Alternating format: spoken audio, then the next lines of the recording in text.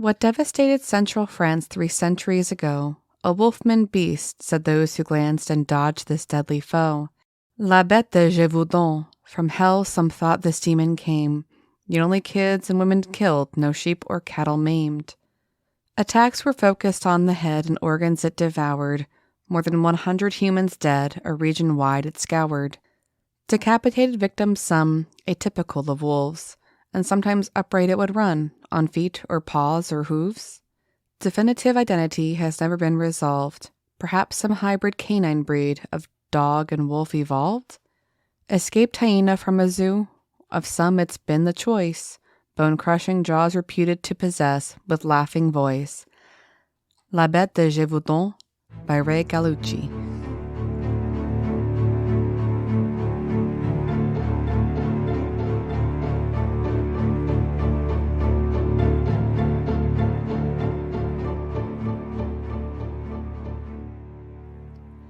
Welcome back to this week's episode. This is your ghost of a host with the most, Shanna.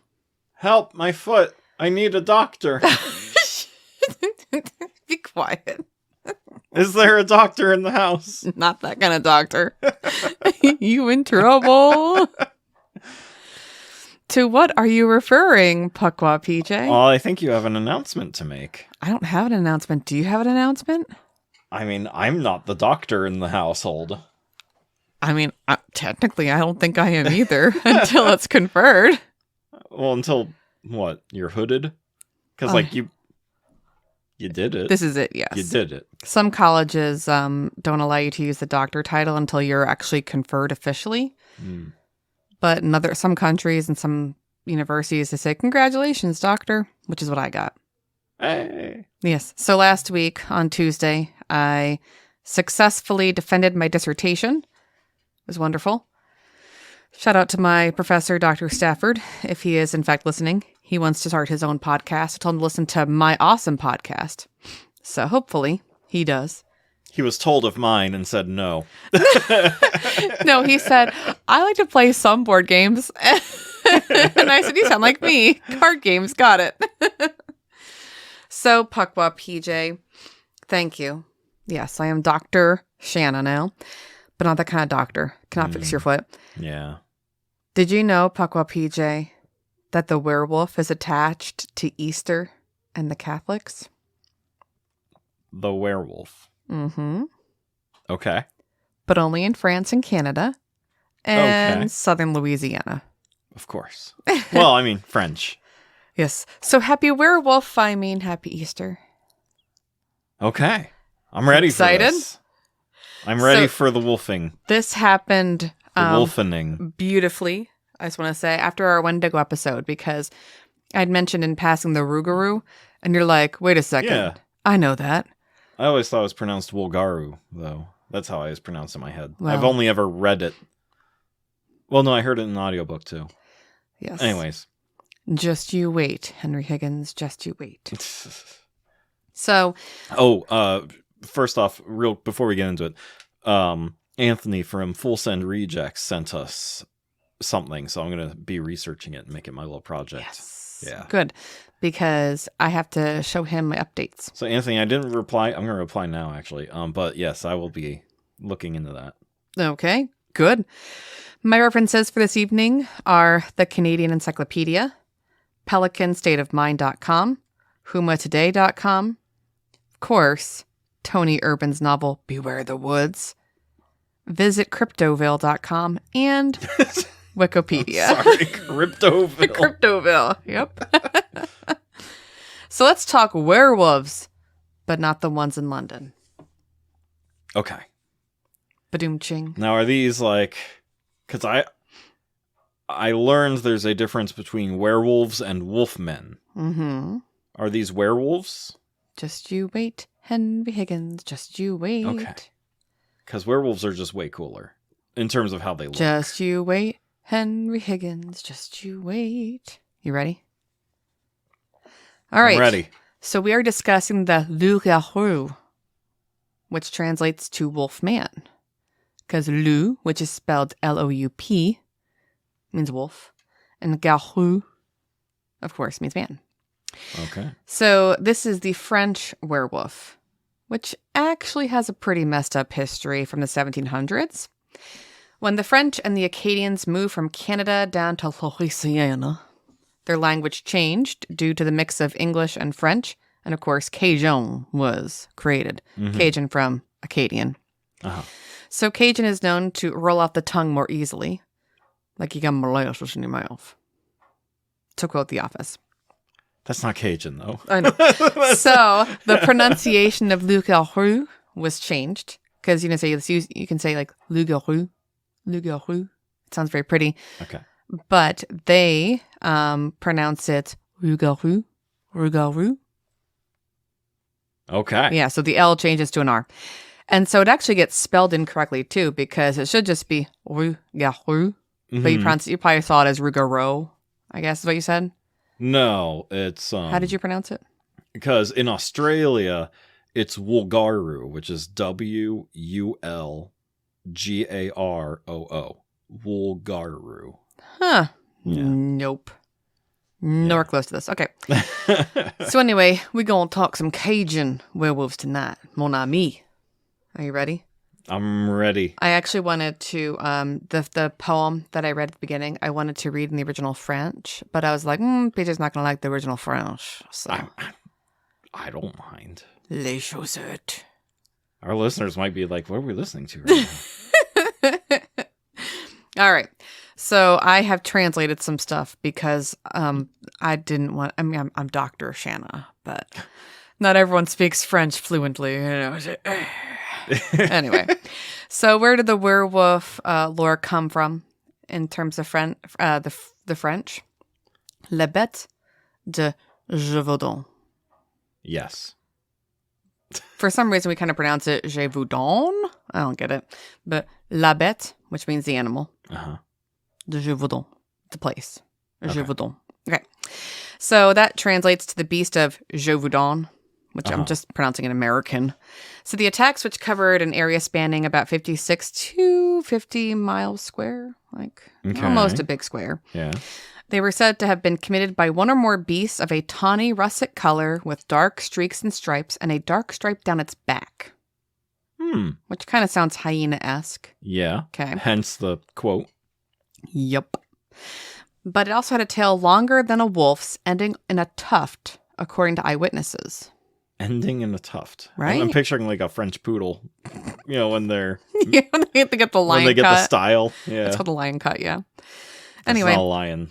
It was said to attack with formidable teeth and claws and appeared to be the size of a calf or a cow and seemed to fly or bound across fields toward its victims. It's not big. I thought, cow, yeah, but calf.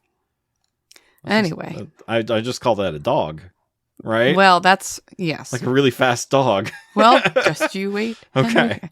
These descriptions from the period could identify the beast as a young lion, a striped hyena, a large wolf, a large dog, or a wolf dog, crossbreed, though its identity is still a subject of debate. Wow, you answered that. Yes.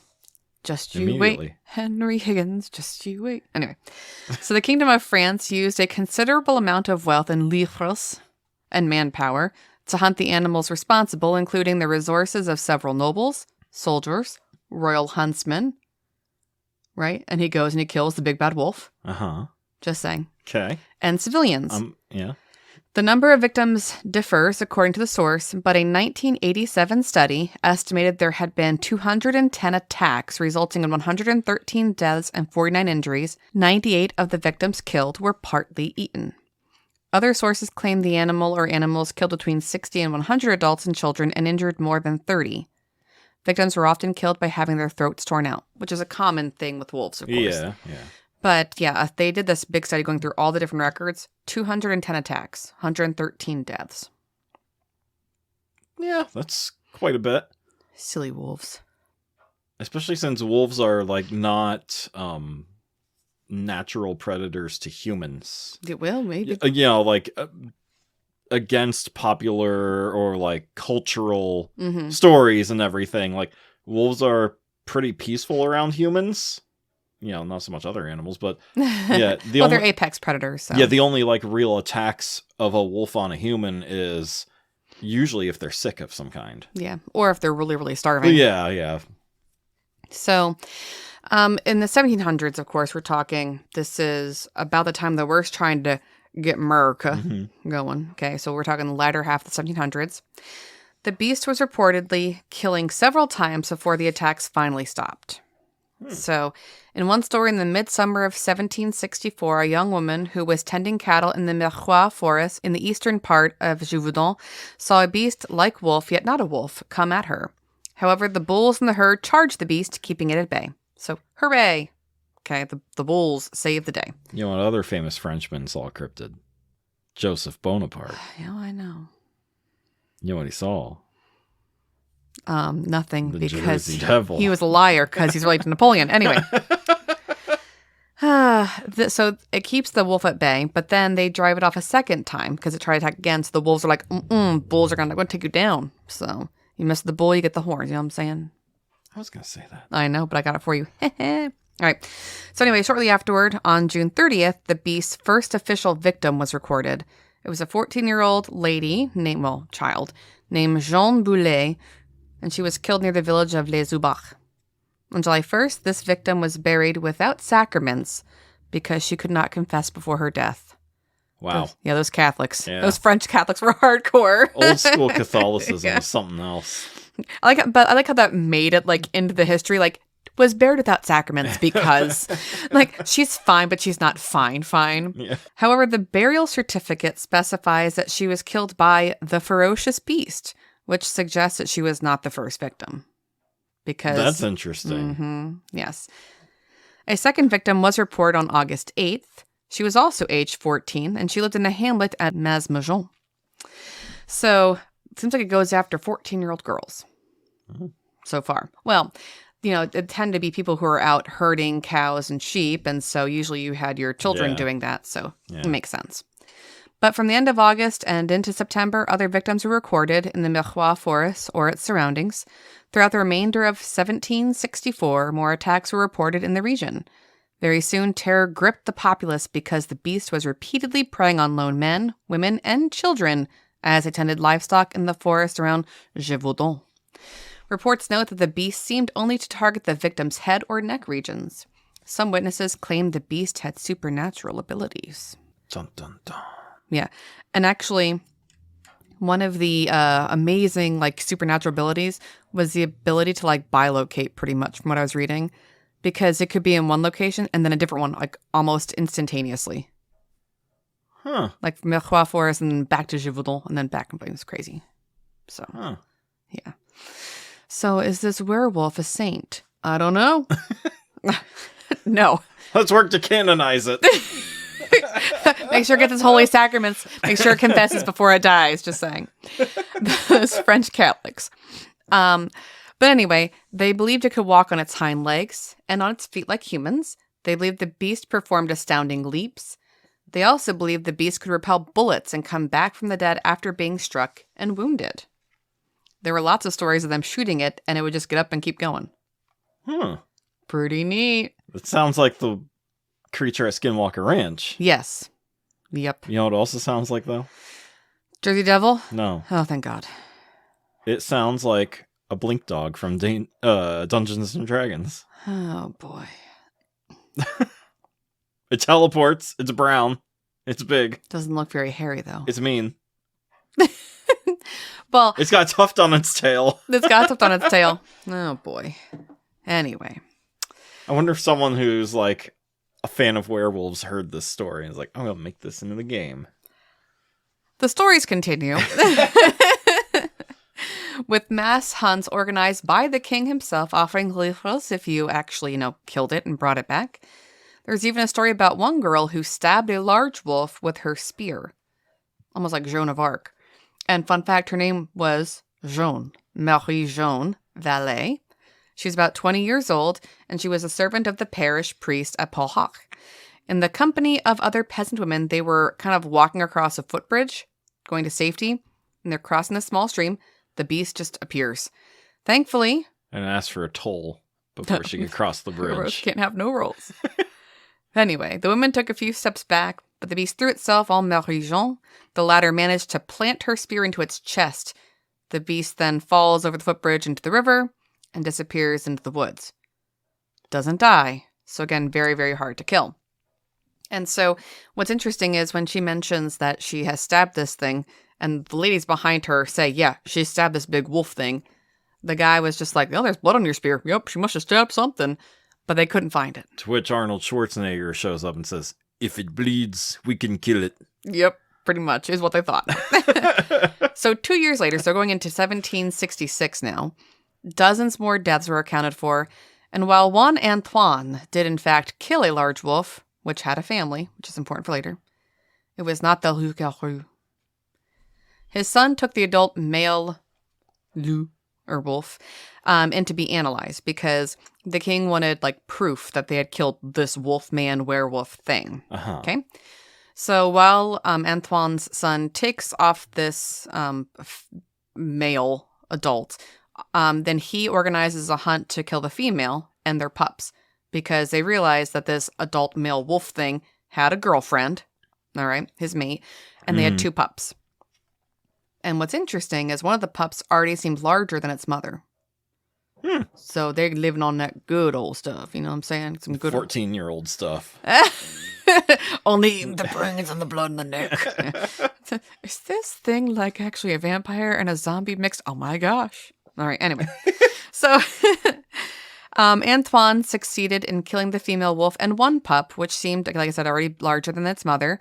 At the examination of the pup, it appeared to have a double set of dew claws, which is a hereditary malformation found in Barse Rouge or the Beauceron dog breed. So they're the big kind of strappy, black and tan kind of big dogs. Oh, okay. Similar to a Burmese? Not as well. He's a Beauceron. Let me put them. Oh, those. Yeah, it's kind of like a mix. Like if yeah. Oh, yeah, almost like a beefy Doberman pinscher. Yeah. So anyway, but the double dew claws, it's a very common malformation that comes with that breed. Mm-hmm. So they figured, okay, it seems like the wolf got a female mate that was a Beauceron and they had pups, so it's a crossbreed. That's what they assumed. Okay. The other pup, though, remember I told you there were 4 altogether, right? And they got the dad, and they got the mom, they got one pup. They did not kill it, but they assumed it was dead after it retreated behind some rocks. Regardless, this small pack was not a pack of werewolves. Mm. So everyone assumed that creature, that was done. Whatever was killing, whatever animal was out, they must have got after killing the family. Gotcha. Well, alas, they were wrong. So the killing of the creature that eventually marked the end of the attacks is credited to a local hunter named Jean Chastel, who shot it at the slopes of Montmouchet during a hunt organized by the Marquis d'Apchier on the 19th of June, 1767. So, was it a werewolf? Was it just a large wolf crossbreed? We don't know. He did try to take it in and show it to the king, but it's kind of hard to take an animal in the middle of June, July, somewhere without it getting gross and covered in worms. Yeah. Yeah, it's pretty stanky. Yeah. Pretty stanky. It's good for like a day. Yeah, not even, yeah. So in any case, there were other wolf attacks, fun fact, throughout Europe and during the most of the 1700s, but not for this region. In wolf history, this was the great wolf-human war. It was. We just weren't aware of it. So, we will never know for sure, like if it was a wolf man, if it was a crossbreed, if it was a crazy, humongous, funky-looking wolf. We will never actually know. Okay, but we do believe that there was like some kind of generalized hysteria about these like wolf men because. I mean, there were wolf attacks all over Europe, and especially in the Languedoc region. Again, they were organizing. This was war. It was. This was the great war to end all wars. We will have a meeting of the packs. We organize at midnight. Oh, my. Regardless, as I move on, the story of the Bête de Gévaudan lives on in stories of Loup-garou, as I mentioned. According to the Canadian Encyclopedia, traditional tales about the loup-garou are found in French, Canadian, and European folklore. The loup-garou is also called lycanthrope or werewolf. Mm-hmm. So to them, they're all the same thing. Okay? Okay. A loup-garou is generally believed to be a person who can change into an animal form, often as a wolf. Yeah. The loup-garou is often a dog. It may also take the form of a calf or a small ox, a pig, a cat, or even an owl. Okay. Cooler than our werewolf, just saying. So, yeah, more of like a shifter. Mm-hmm. Like you see or the a skinwalker. skinwalker. Yep. Anyway. Okay. Yes, I think that's pretty cool. In origin tales of the loup-garou is believed to be a cursed man. Very similar to Skinwalker. Range. Okay. But in the French, Canadian, and I'm going to say Catholic tradition, a loup-garou is often guilty of not being a good Christian. For example, people who do not confess during Easter could be cursed to become werewolves. So we got to get ourselves in the confessional. I ain't going to be a werewolf. Huh. But that's why I waited till now, because I think it's kind of cool. We're in the Lenten season. We got time. Okay. But specifically, the spell that is cast if you do not confess during Lent, it can last for as long as 101 days. Oh my. It's very specific. Yeah. One for each Dalmatian. I guess. It would take hold of the victim every evening. They were then forced to wander the countryside in animal form. The spell might be broken if someone recognized the individual who transformed and could draw blood from the animal. All right. So if you are walking around all wolfy and I get some blood out of you, ta-da! So, like, let's say this curse takes hold and I'm walking out the door and you just, like, hit me with a bear trap or something. and then you call me by my name. Right? But there's more. Neither person could speak of this incident for fear of worse reprisals. Worse things could happen. So, French-Canadian folklore, the tale of the loup-garou is tied to Catholic morality. A religious failing was often linked to the loup-garou curse.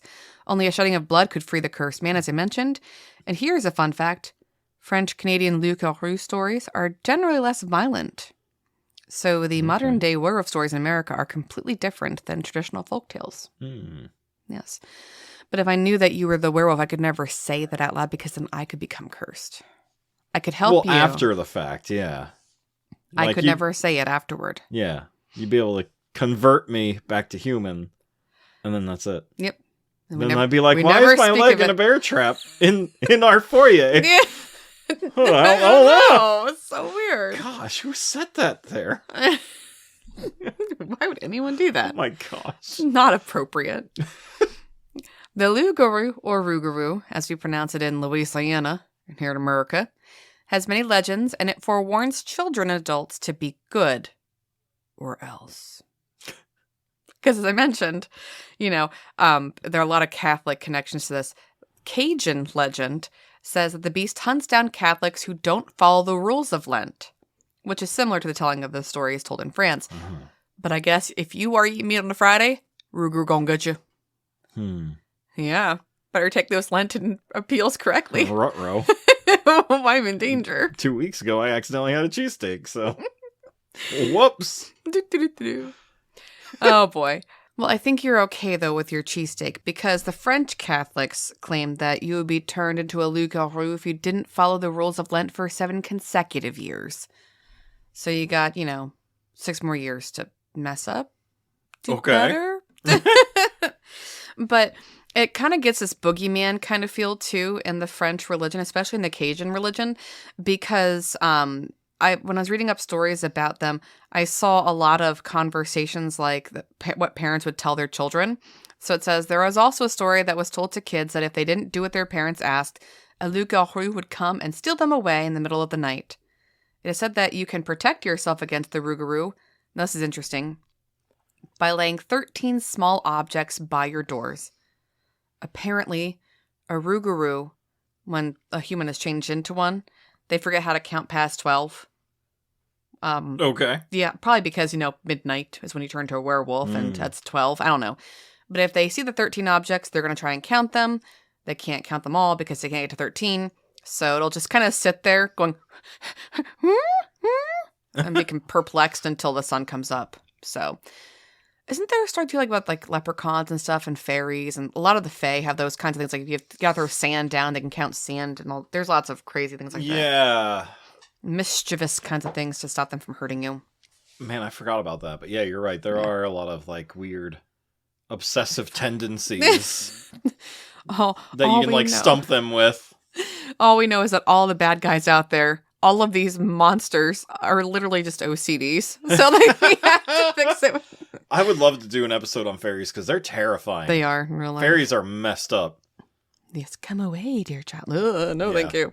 In the Cajun legends, the creature is said to prowl the swamps around Acadiana and Greater New Orleans, and the sugarcane fields and woodlands of the regions. The Rougarou most often is described as a creature with a human body and the head of a wolf or a dog, similar to the werewolf legend. A common blood-sucking legend says that the Rougarou is under the spell for 101 days. After that time, the curse is transferred from person to person when the Rougarou draws another human's blood. Okay. So I guess if the werewolf turns into a vampire, it can put its curse on somebody else. You better watch out. During the day, the creature returns to human form. Although acting sickly, the human refrains from telling others of the situation for fear of being killed. Other stories range from the Rougarou as a rabbit to the Rougarou being derived from witchcraft. In the latter claim, only a witch can make a Rougarou, either by turning it into a wolf herself or by cursing others with lycanthropy. Which seems similar to like a skinwalker, but that whole thing, like, you gotta like do it yourself by like, killing things and eating things and all the crazy things. Yeah, this is much more involuntary. Yeah. I don't want to be the Rougarou. Too bad! Hope you like fleas. So, I hope you like fleas. That got me. All right. So anyway, I'm sure Jackie's laughing now. But when we were talking about, the Wendigo, we were talking about the Ojibwe and everything, all the different Native Americans. So I made sure to go back and look at their stories of the Rougarou just because I was interested to see the French-Canadian belief kind of get into their lore. Mm-hmm. But the Ojibwe is actually up as part of the Great Lakes. So no surprise, they would have talked to French trappers and learned these stories. Yeah, the French-Canadians and all that. So I did pull up an article on Wiki in Unnatural World. So it says, according to the article, quote, "It is important to note that the Rougarou is not a native Ojibwe word, nor is it derived from the languages of neighboring Native American peoples. However, it has a striking similarity to the French word for werewolf, loup-garou. It's possible the Turtle Mountain Ojibwe or Chippewa in North Dakota picked up the French name for a hairy human-like being from the influence of French-Canadian trappers and missionaries with whom they had extensive dealings. Somehow that term also has been referenced to their neighbors' stories of Bigfoot," and it goes on to discuss one of their authors who writes about it. But then it says, while the Wendigo is feared, he notes that the Rougarou is seen as sacred and in tune with Mother Earth, somewhat like Bigfoot legends are today. Huh. Right? Yeah, so that's nothing weird. like a werewolf. Yeah. Which is weird.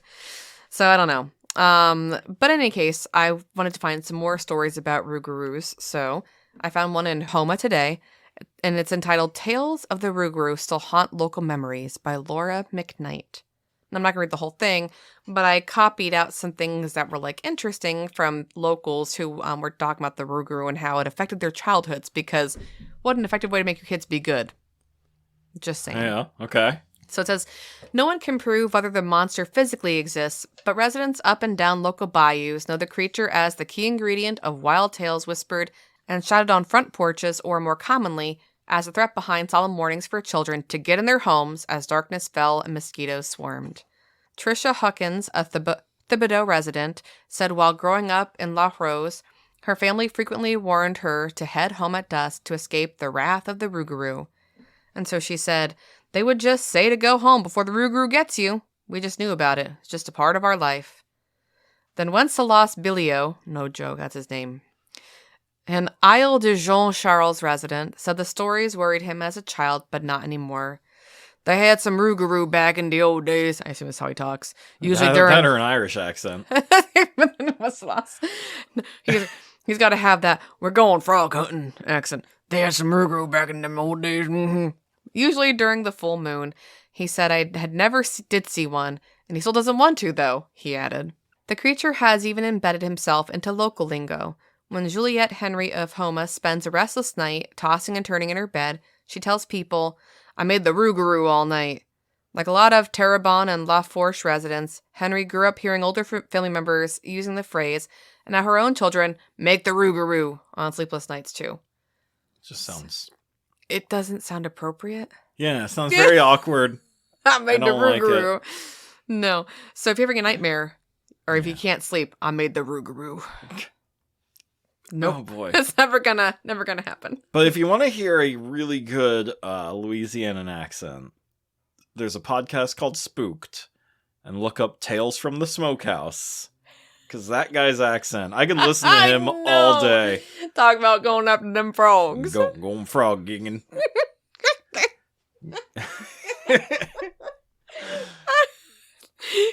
I don't even know what frog gigging is, but man. You're cutting frogs and you have them frog legs. Well, yeah, but like the frog gig is like the thing you like catch them with, right? Like, or you can just watch, The Princess and the Frog. No, his accent's way better. I love the fireflies.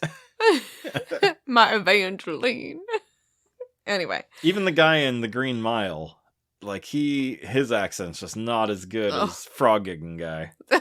Yeah. Anyway. According to Samuel Snoke Brown in his novel Hagridden, which takes place in Louisiana during the Civil War, it quotes, "You tell a soul or even God himself what you seen when the rougarou changes, or even that you met one, and a year ain't passed, you're liable to change to one yourself. So don't be talking about it." So then I decided to go on to Reddit to find some more stories. Excellent. Because you know me. So this is on the subreddit /cryptids. The person who created this has since deleted their account. Oh, yeah. So It happens often. Yeah. I hope it's real. So anyway, it says, "So this happened to me a few years ago. I was visiting a friend's house in the Houston River area. That section of the river is pretty swampy, so we were frog hunting that night. It was a full moon." They were frog gigging. They were frog gigging. They're out frog gigging. It was a full moon, so it made spotting the bullfrogs easier. Super tasty, by the way. Anyway, we were that's in there. I refuse to believe that. Anyway, we were wandering down by the riverbank when we heard a sound. All went quiet, not even the crickets chirped. We heard dozens of frogs dive into the water, and we knew then that something was very wrong. Then came a distant growl, like something evil, from the other side of the river. We killed our Q-beams, or spotlight, and watched in the direction of the sound. What I saw chilled me to the bone. It was like a massive wolf with patchy black fur, yet no visible skin on its head, only a skull with empty eyes. It appeared to be locked on to another prey, so we shut our lights off and watched for a moment. Looking back, it was really stupid to not flee right then. I ran back into the woods and started running down the river. We decided to dip out and get as far away as possible. Yeah. So I'm not sure if I totally believe that, but it's still pretty cool. But none of the pictures and descriptions that I found from France or from the Acadians has it looking with a skull head. That's more like the Wendigo you see in drawings now with the antlers, or which even I don't the understand. Chupacabra, where it's missing hair and all nasty looking. So in any case, it's interesting. But now, I want to read you the Rougarou in Louisiana. Out of Tony Urban's Beware of the Woods. Not a Louisiana accent. It is now. Georgians can go down to Louisiana. Going down the bayou. That should have been the cold open. It's just play the music. Going down the bayou. We'll put in post. All right. So what I like about this story is the eyewitness gives his first and last name. His name is Fred Coates, or Coates. It's T-E-S. Give me that cable. We'll play the song while you read it. No, go away. The area of the sighting, this is only approximate because he was on Lake Pontchartrain. Love the French. So wonderful. In Norco, Louisiana.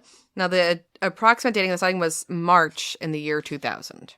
So we was just little itty bitty kitties when this happened. We were about, 13 about-ish at the time? Yeah. Cool. So Fred says, "I think the swamp gets a bad reputation. People get too worried about the gators and snakes plus all the bugs. So worried that they don't even take a step back to appreciate the untamed beauty of the place. I never had that problem, though. I won't go as far as say I grew up in the swamps, but I spent many a summer day throughout my childhood riding boats through Louisiana's backwaters, usually with my pappy. who taught me how to respect and love that place. Unfortunately, he passed away when I was 12, and with him gone, my folks were content to stay closer to our home in Georgia. See, I got my right accent. With the occasional vacation to the ocean or Disney. I never complained. They're good people and great parents, but I miss the peaceful solitude of the swamps. So, years later, he decides to go there. It says, I was going through my divorce. I decided there was no better place to clear my head than my old stomping grounds near Lake Pontchartrain. And what a vacation that turned out to be. Surrounded by the sounds of nature, I couldn't help but feel like I was transported back in time. It had been decades since I last visited the place, but it was just as beautiful as I remembered it. The swamp was alive with the sounds of wildlife, and the air was thick with the scent of damp earth and decaying vegetation. The humidity was oppressive, and even though it was early in the morning, I could already feel a sweat beginning to form on my skin. But I didn't mind. Listen, that's disgusting. I do not want to live there. Never. You see, like, when I watch TV shows where they're just sweating, like, within an hour or less of walking outside. Nope. Yeah, like Lost. They're just sweat stains. Yes, it's so gross. 24/7. I'll take, today there was snow for some reason here after 60 degrees and our flowers are starting to, like, come out of the ground. I will take that as long as it means I'm not sweating when I just walk out my door. Ugh. Anyway. Humidity too. Humidity's terrible. My hair could not take that. This swamp was where I learned to fish. I hoped that being there would bring back some of those happy memories and help me forget about all the pain and stress that I had been feeling since my wife left me. Kind of feel bad for Fred. The first day of my trip was uneventful. I spent most of the day fishing, catching a few catfish and bass, throwing back the Sounds like he's in a quagmire.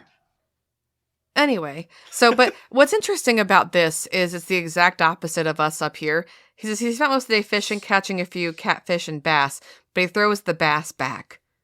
Here in Pennsylvania, we toss the catfish back and keep the bass and the trout, so I like them catfish. Mm-hmm. And generally enjoying the peace and quiet. As the sun began to set, I made my way back to my campsite, stoked up a small fire, and settled down for the night. I cooked up the catfish I'd caught, frying them in some vegetable oil. I threw in a can of potatoes and cracked open a bottle of Bud, and let me assure you, it was a better meal than you'd get in any Michelin-starred restaurant. I don't know. I'd finished off the food and 4 or 5 more beers when I heard the howling. It was a sound like nothing I had ever heard before, a throaty bang that seemed to come from the very depths of the swamp. At first, I thought it was just a feral dog, and my imagination was turning into something more threatening, but then the sound came again, louder this time and closer. I'm not easily scared, but I felt a chill run over me, and I realized that something was out there in the darkness.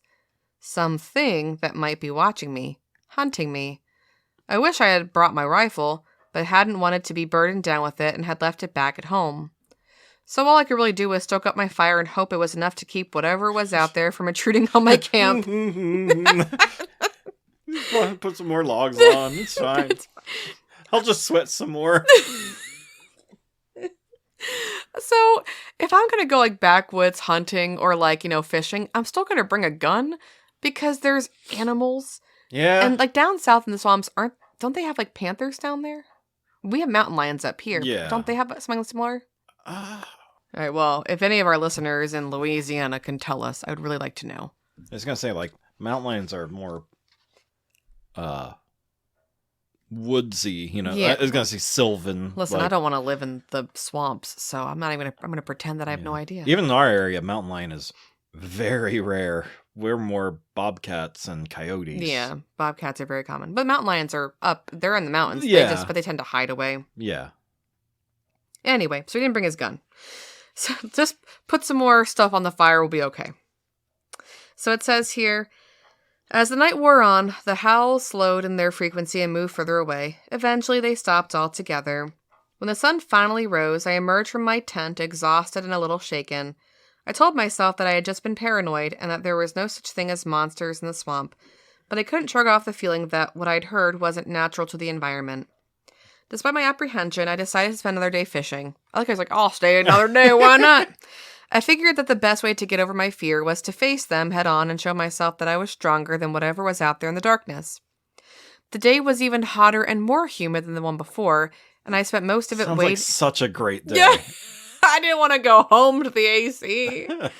Oh boy. I spent most of it wading through the shallow waters of the swamp. Ugh. Sorry. Casting my line and trying to catch something. Picking all the leeches off. Oh, no. Ugh. I don't know what that accent was, by the way. I'm just thinking like how gross it was. And I'd be afraid to walk in any kind of water in a swamp because alligators. Yeah. I don't know how common it is for them to attack humans, but just in case, I'll stay in the boat. But no matter how many fish I caught, I couldn't get over the feeling that I was being watched. As the sun began to set, I headed back to my campsite and cooked and ate some more fish. I passed on the beers, though. I wanted to have a clear head. Maybe that was my mistake. The howling started again as soon as the sun dipped below the horizon, and that time it was closer, much closer than before. I sat in my tent, heart pounding, listening to the sound of something big moving through the swamp outside. I could hear branches snapping and leaves rustling, and I knew that whatever was out there was much larger than any animal I had ever encountered before. And then suddenly, it was right outside my tent. Should have built that fire up. I know, right? Oh, boy. So it says, breathing, snorting, and the sound of something scraping against the fabric of my tent.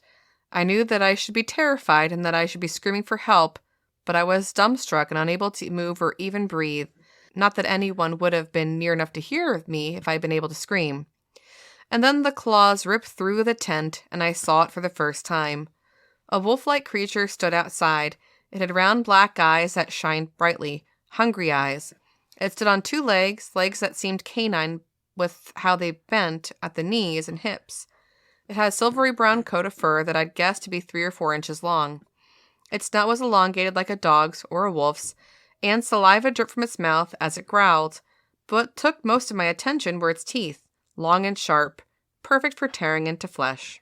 Now, the fun thing here is the creature just kind of like stands there and looks at him, and then it seems to realize that this guy is scared of it, and then it backs up and away. And then it starts doing a stand-up routine to calm him down. Yeah, it brings out his top hat. Yeah. So it says, it backed away. It turned, strolling toward my fire. It sat on its haunches and ate my leftover fish. And he said that it walked on 2 legs, right? Yeah. Okay. It ate the fish I'd caught but hadn't got around to cooking after it ate the fish that he had cooked. Ate them, bones and all. Once it finished, it sauntered off into the swamp without so much as a sniff in my direction. I spent the rest of the night in my tent, too afraid to move. All the while I heard no more howling. I saw no more of the creature. But I didn't sleep a wink either. So, what's funny about all of this is, like, the thing just wanted some fish. So, he should have just, like, put some on a plate for it and fine. He says, I remembered my pappy telling me stories about creatures called rougarous that lived in the swamps. I guess they're similar to what a lot of people would call a werewolf. I always took it to be Cajun folklore, but after what I saw, I wonder if they're all too real. I have also read about dogmen, and that too seems a fair match for the creature I witnessed. So, in any case, once the the sun comes back up, he leaves. Who would have thought? Yeah. So. I mean, he doesn't really have a tent to stay a 3rd night. Right. Oh, boy. But he did say it was about 6 feet tall, very broad in the chest, but it tapered at the waist. The legs were muscular, but not extremely large. So he said he guessed it weighed between 150 and 200 pounds, based on that size. Yeah. So. But yeah, I mean, like, hey, it likes fish. Cooked or uncooked. I wonder if he would have preferred the bass. Yeah, right. Any comments? I mean, it sounds like a werewolf. It's a cool story. You know, a way to stop it from attacking you in France? Je vous salue, Marie, comblée de grâce, le Seigneur est avec vous. It's the Hail Mary in French. Oh. I could keep going. Maintenant, à la heure de notre mort. Don't know what that part means. Maintenant. Now. Et à l'heure de notre mort. Death. Got death. So I heard more. Et à l'heure de notre. And at the hour of our death. Slower is not going to help. Oh. How about le fruit? Paper? The sheep? Leaf? Leaf. This is fun. How about Sainte Marie? Saint Marie. Mary. Yay! Mère de Dieu? C of something. No, mère means mom, too. Mother. Oh, that kind of mare. Okay, yeah. Mother of God. Mère de Dieu. Okay, I'll stop quizzing you in French. I thought it was dear. For not dur. Or Dieu. do. You said do. Mère de Mère Dieu. de Dieu. Mother It of comes Dieu. out of the mouth, at the top of your mouth. You- Dieu. Mère de Dieu. But I thought there was more of a y sound. Dieu? Yeah. You can do that. Dieu? Yeah. I mean, you don't need to, like, Enunciate. contort your face like that when you It say doesn't it. feel natural. Any French listeners out there, you could comment on how good her accent is, but I won't be able to understand whatever you're writing in. So, Can you please tell Mama's story now with the socks? so my grandmother was Lebanese, I believe, and it was and she spoke French fluently, because they were a French colony. And anyways, during her final years, she lived in our house, and some days she was lucid, most days she wasn't. And one day I walk up, and she had a bell, and she would ring the bell. Ring, ring. She'd ring the bell whenever she needed something. And every afternoon, she always had Afternoon tea. no, it was a liqueur. Oh. It tastes like black licorice. You mean anise? No. Oh, okay. Oh, I mean, it tastes like anise but what's it called? Amaretto? No, I thought it tastes No, okay. Yeah, that's good. It'll come to me at some point, I'm sure. Anyways, I brought it up to her, and I put it on her table, and she stands up off her bed, points at my feet, and goes, "Les chaussettes." And I look down like, okay, yeah, I'm wearing socks. Yep, and they're just like white socks. They don't have any designs on them or anything. And she slowly starts walking towards me. Les chaussettes. Les chaussettes. And I'm like backing out of the room now. Like, what is happening? And so I'm like, goodbye. Bye, Mama. See you later. And that's one word that you never will forget in French. I mean, I knew that one anyways. It was an easy one. An easy one, Chaussette and chaussure, socks and shoes. And le carotte. Yeah, That's also an easy one. and thanks to show and tell. Dans mon poche. Dans mon poche. How about a party in my pants? That was a phrase that we never thought would be said. Anyway, so I think the Rougarou is an interesting story now that I've done more research on it, especially with the French connection. But knowing that it exists all over the world, because I had read that there's stories of it in Australia before you even mentioned the other pronunciation, that it actually popped up. But I was focusing on America, so I didn't even read that part. Pernod. That's the liquor, by the way. Pernod. Yeah. Pernod. All right. If it's black licorice flavored, I'm never going to drink it. No, so I it's don't terrible. Care. Yeah. It sounds disgusting. Who would want to drink a Jack Sorry, jelly bean? listeners who like black licorice, but it's or the worst. black jelly beans. That's disgusting. You are wrong. Oh, anyway. And that's coming from someone who eats tea berry ice cream. I love tea berry ice cream. It's a terrible. completely different flavor. It's terrible. It's a completely different flavor. No, but it's an equally awful flavor. And someone like Jackie, who lives in California, probably never has had tea berry ice cream. Tea berry is basically Pepto-Bismol. No, it is, but it's not. See, you just said it. Well, they use tea berry to flavor help to calm your stomach, so of course it's going to be in things like It's the same Pepto-Bismol. flavor, and it's horrible. But like you can't get tea berry anywhere else. Remember, they had tea berry down in Georgia, Savannah, yeah. and it tasted terrible. I'm like, this isn't tea berry. I thought you liked it. I thought it was gross. Okay. Because Ray got it because he wanted to try it. I'm like, that is not the tea berry that we have at home. So like, because you have to get the berries from up here, you know. Anyway, let's talk about our giveaway really fast because it's closing pretty soon. Yep, So- and we have another announcement too. A public Go appearance we're making. Oh yeah, go ahead, take it away. Oh, okay. So, April 13th, any Pennsylvania residents, set your calendars because we're going to be at Helix Tabletop Gaming Guild in Bloomsburg. 1 month from now ish. Yeah. So it starts at 11. They open up, and it runs until 11. Yeah, boy. Last time we were there until about 9. Mm-hmm. I would like to do the full 11 to 11, but no one else wanted to stay with me, so we all want to go home. I was having a great time. Like, I want to play more games.